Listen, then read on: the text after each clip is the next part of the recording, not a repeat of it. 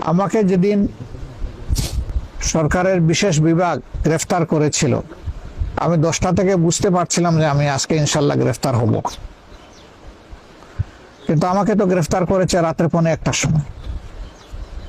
এখন আপনারা সঙ্গত কারণেই প্রশ্ন করতে পারেন যে 3 ঘন্টার সময় পেয়েও আপনি কি কিছু করলেন না? না, আমি করিনি।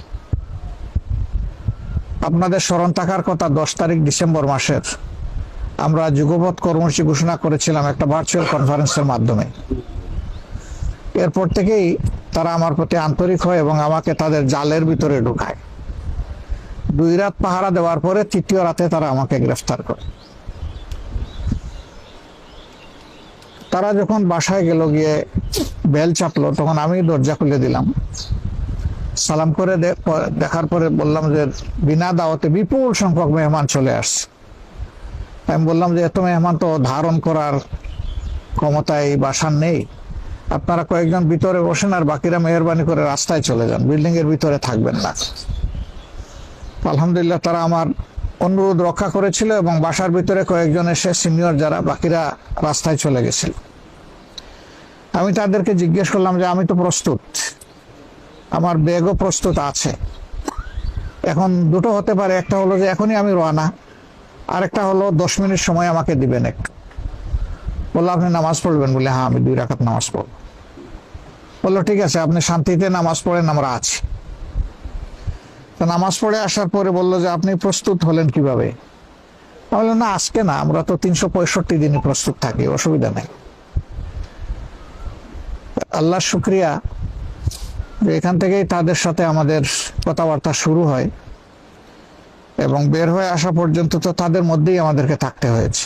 হয় পুলিশ প্রশাসন, না হয় জেল প্রশাসন, না হয় আদালত, কোনো একটা জায়গায় তো থাকতে হয়েছে। তারা একটু বিস্মিত হয়েছিল এই কথা শুনে যে আমরা 365 দিন রেডি থাকি।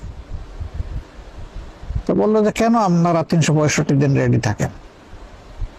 আমি বললাম যে আপনারা তো আসেন, আমাদের প্রতি আপনাদের আন্তরিকতার কারণে তো আপনারা খোঁজখবর নেন মাঝে মধ্যে, এই জন্যই রেডি থাকে। তো হাসে।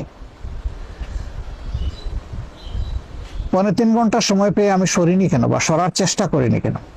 আমি তো বুঝতে পেরেছি যে আমি আজকে গ্রেফতার হতে যাচ্ছি। আমি সরিনি এই কারণে যে কনফারেন্সের পরেই দায়িত্বশীলরা অনেকে আমাকে পরামর্শ দিয়েছিলেন যে আপনি একটু স্থান বদল করে থাকবেন কিনা।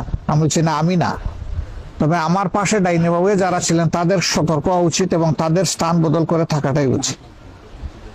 তারা আমাকে বলেছিলেন যে আপনি না, অথচ আমাদেরকে বলতেছেন।